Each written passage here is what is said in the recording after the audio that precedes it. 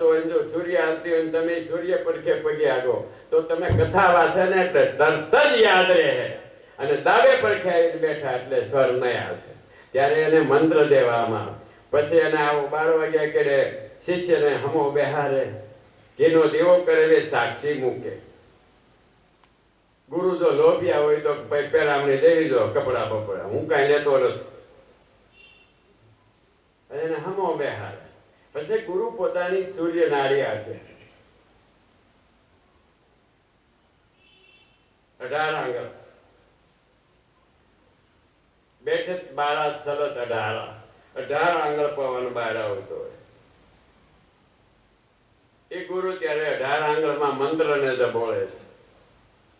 અને પછી શિષ્યને એમ કે પાપ કરતા નહીં, ખોટું બોલતા નહીં. આ મંત્રની અંદર, તારા શરીરની અંદર સોહમ નામનો જાપ એની ક્યારે જપાણા કરે. સોહમ સોહમ સોહમ સોહમ. આ જાપમાં તારા મારા મંત્રને રાખજે.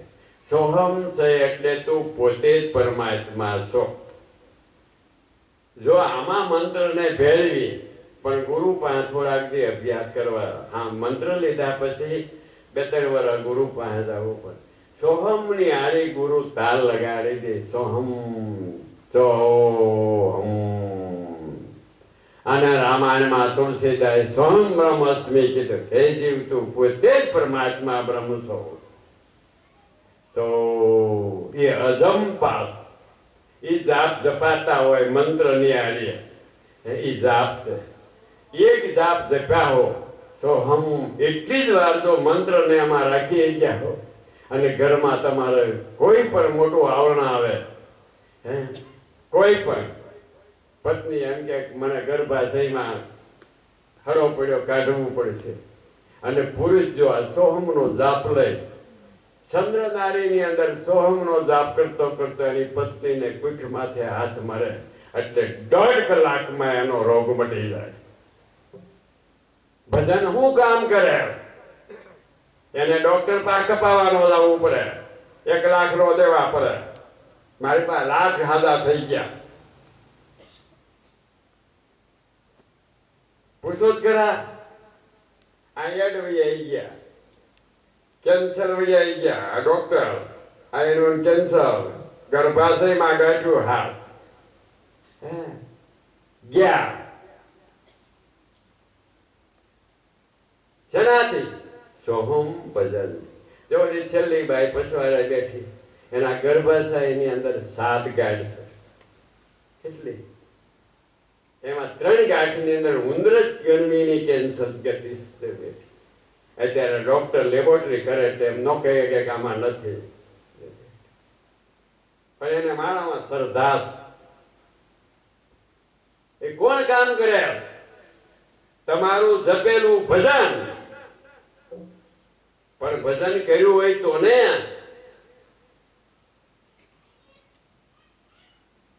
આ મારા છોકરા કાયમ કથાઓ વાંચે, 50 વર્ષ ત્યાં વાળું કરી સત્સંગમાં રાખ્યા. આ 3 વહુ આગળ ભજન ગાતી હતી. ન ગાય એટલે હોલરાવવું, કાઢી મૂકવું. હે ને મારે શિષ્ય 4 વાગે ઉઠે છે કે નહીં, ભજનમાં બેઠ્યું છે કે નહીં જોયા કરું. આકડિયા જાઉં ને એટલે હું 3:30 વાગે ઉઠું. ચૂલો જગવી, લાકડા નાખી, તાપ કરી, પાણી ઊનું કરું. આવડા ભાવનો મધુ પરવીનભાઈ ધ્યાનમાં બેસે કે નહીં સમાધિમાં, જો બેઠા હોય તો એ તાપ કરું. પછી ઉઠે ને એટલે ગલાસ બધો હાલ્યો, મોઢું ધોઈ આવો. હવે જુનાગઢ વાળે ઉઠે, એ મોઢું ધોય ને એટલે તપેલીમાં સાલ મોરસ દૂધ નાખીને ચા પકવું. પછી બાંધે લોટ ભાખરીનો.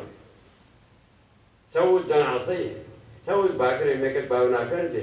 હું લાકડા હાય છોડવા કરું. કાવડે જુનાગઢ વાળે ઉઠ્યો એ હરો હે. 14 ભાખરી ન કરું, 2-4 ભાખરી કરું. મારા બાબો ઉઠે. આ પપ્પાને ઘરવાળે પેલી ઉઠી હોય એ આવે. હે દાદા 4-5 છોકરી આવે. પછી ભાખરી ચા બનાવ્યો જોઈ લે. મેં કીધું આપણો બનાવેલો ચા અને મારા છોકરાની વહુની બનાવેલી ભાખરી તું બરાબર ધ્યાન રાખીને જોજે. અને ભાખરી જેટલી વાર સાપીને ઘૂંટડા એટલી વાર તું મારું નામ લેજે. પછી આખો દી બજારે જા ને તો તારે તને એમ મન થાય કે આવું આજ તો જો રાણકોકડી મળી જાય તો ખાવી છે, તા તો વેસાતી જશે અને તારા પાકીટમાં પૈસા ન આવે તો હું એકવાર કાળિયો અવતાર નહોતો.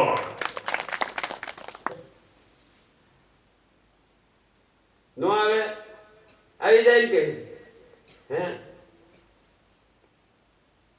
એટલે બાજરાનો દાણો વાવ્યો ને જાણે છોડવો થાય, એમાં ડુંડામાં ઉપર દાણા આવી જાય.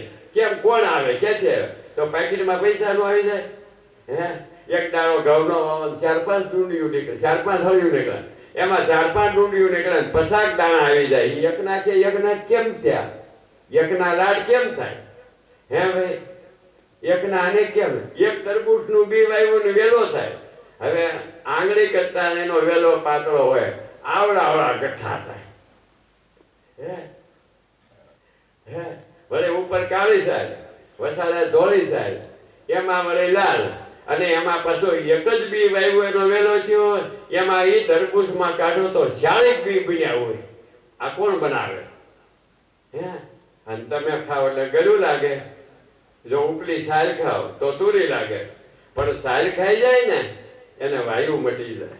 વસાડે જેવડો ધોળો ભાગ હોય ને એ ખાય ને હે એટલે પિત્ત મટી જાય, અને વસાડે જે લાલ હોય ને એ ખાય ને એટલે ખાલી લોહી બને, રોગ ન મટે. ગળો પીળો લાલ. અને એના બી હોય, બી જે બી કોઈ ખાય તો મગજ એવો સરસ બની જાય ને કે સાપુ વાસવા બે આટલે રાખે તો સસમા ન જાય, જાણે એવું જ. આમાં ભગવાને 4 શક્તિ મૂકેલી છે. મેં આ બધું સમાધિમાં જોયું છે. તરબૂચ પણ આપણે લાલ ખાઈ નકરું લોહી થાય. બુદ્ધિ હારી કરે બી ના કાઢી નાખીએ. ઓલો ધોળો ભાગ હોય તો કઈ મોળો હોય, પણ ખાઈ તો જો એમાં કેવો સ્વાદ છે. અને ઓલી સાલ હોય, સાલે બિચારે આખી જિંદગી તડકો માથે તાપ ને ટાઈટ ને ધરતીમાં પડી રહે ટાઈટ નહીં, અને મોઢાના અંદર ને તણને હાંસ્યા તો એ માંડ કઈ ખારા થયા. ના સાલે આવ્યા હાંસ્યા તો એ સાલને કાઢીને ગાયને નાખી દે. તો ગાય હાથે દૂધ 250 કરવા વધારે કરે, માણા નાખી દે. માણા ખાય તો ન થાય, પણ કુદરતની વસ્તુની તમને કઈ ખબર છે કે હું બનાવ્યું છે? હે છે કઈ? પણ આમાં સત્સંગમાં જ આવતો ખબર પડે.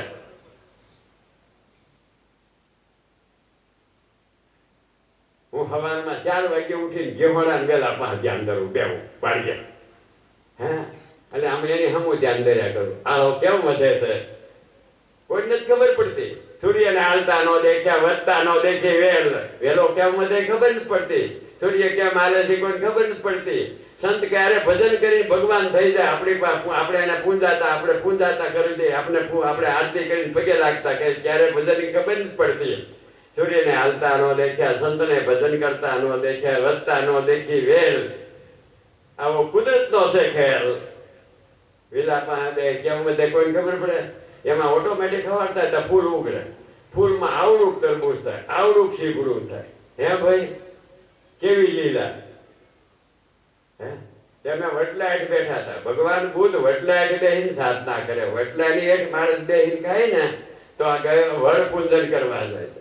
વટલાની અંદર તમે જે ધ્યાન ધરવા બેહો ને એટલે તમારામાં તેજ નામની ગરમી હોય ને એટલે શરીર ઠીક નો રહે કે બયા કરે દુખ્યા. વટલાઈટ બેહો ને એટલે એની જાણે. આમાં કોઈને વિયા ઉઘડે ને, વિયા કેમ સમજે ને, પગ પેલી ફાટી જાય, લોહી નીકળે. તે મલમના ડબ્બા રૂપિયા નો લેવા. વટલાનું શીર હોય ને, પાણું મારું થળીએ ધોળું છે, પગ ગઈ નાખો ને એ શીરની તળિયું ભરી દો ને, 2 વખત જ ભરો ને, આજે કુકર ને કાન એટલે વહી જાય. વટલાઈ છે બેસીને ભગવાને 12 વર્ષ ભગવાન મહાવીર બુદ્ધે ધ્યાન દઈ. એ વળથી એની ગરમી વહી ગઈ, એનામાં શીતળતા આવી ગઈ, શાંતિ આવી, એટલે ભગવાન સંત થઈ ગયો.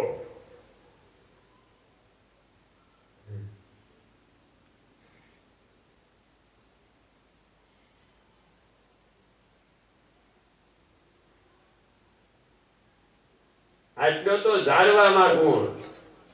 તે ગુરુ ને એક પાસે બેહી કર્યા હોય તો સંત થઈ જાય ને. અમરમાં ગુરુ પાસે બેહી ગઈ ને દેવી થઈ ગઈ. કરશનદાસ બાપુ રોજ આરતી ઉતારે.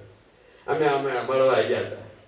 અરે અમારે ને બેઠો હું કહું ખાન મને કે આ 2 જણાએ ભજન કર્યું, હું તો 2 જણા ટોકરા વગાડું છું, 3 લાખ મને પગે લાગે ને ટેસડા કરું, કરોડો રૂપિયા વગરના અમે અમરમાં નામે આવે. મેં કે તમારા નામે ઈ કે મને તો પાણીએ નો ભાઈ છોકરા. ભજન કર્યું અમર માં એટલે ફાવી ગયા કરશનદાસ બાપુ. હે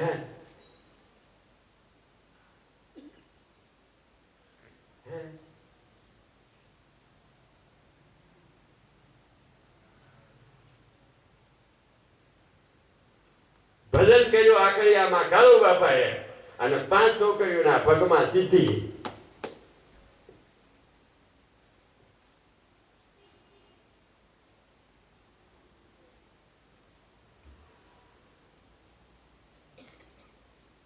હું આખર આવતો હતો, મેં કીધું હું મરી જાઉં એટલે આ જીવને બીજાને બિચારા આકડી આવ્યા કરશે, આશ્રમમાંનો કોણ ઉદ્ધાર કરશે. મેં કીધું આ 50,000 પડ્યા છે, કોઠેલી સિમેન્ટ આવે પૈસા દે. એ કે ના ના ભલે રહ્યા. એ કે મારી પાસે 22,000 છે. મેં કીધું 22,000 ગાડી નો આવે, 38,000 જો તો ખર્ચા પાકીટમાં આવી છે. ત્યાં હું કાઢવા બેઠો. એ કે આમાં 50,000 છે. એટલે બોલ્યા 50,000 લઈને મેં છોકરાને દઈ દીધા. હાલે તાર પાકીટમાં જાણે આવે. હાલે હાલે પછી મારા શ્રદ્ધા નો બંધાઈ જાય? બંધાઈ જાય કે નહીં? હે બંધાઈ જાય. મેં હમણાં આમ કર્યું, આમાં ખાલી મનમાં. હે તમારો છોકરો છે 50 વર્ષ થયા, કામીને મને દઈ દે ને હું પરમાર્થ કરી નાખું. આ એમ પત્ની મેં મનમાં વિચાર કર્યો, આપણે શિષ્યોને કોઈને કાંઈ બોલાવે નહીં. એક કોઈ શિષ્ય છે એ દેવ જેવો દેવ હોય છે. તે મારા છોકરાને પગમાં 2 લાખ ધરીને હવાર વહી ગયો. છોકરો મને દઈ ગયો. મેં લઈને ગાડલા ભેગી દીધેલું, છોડ્યું દઈ દીધા.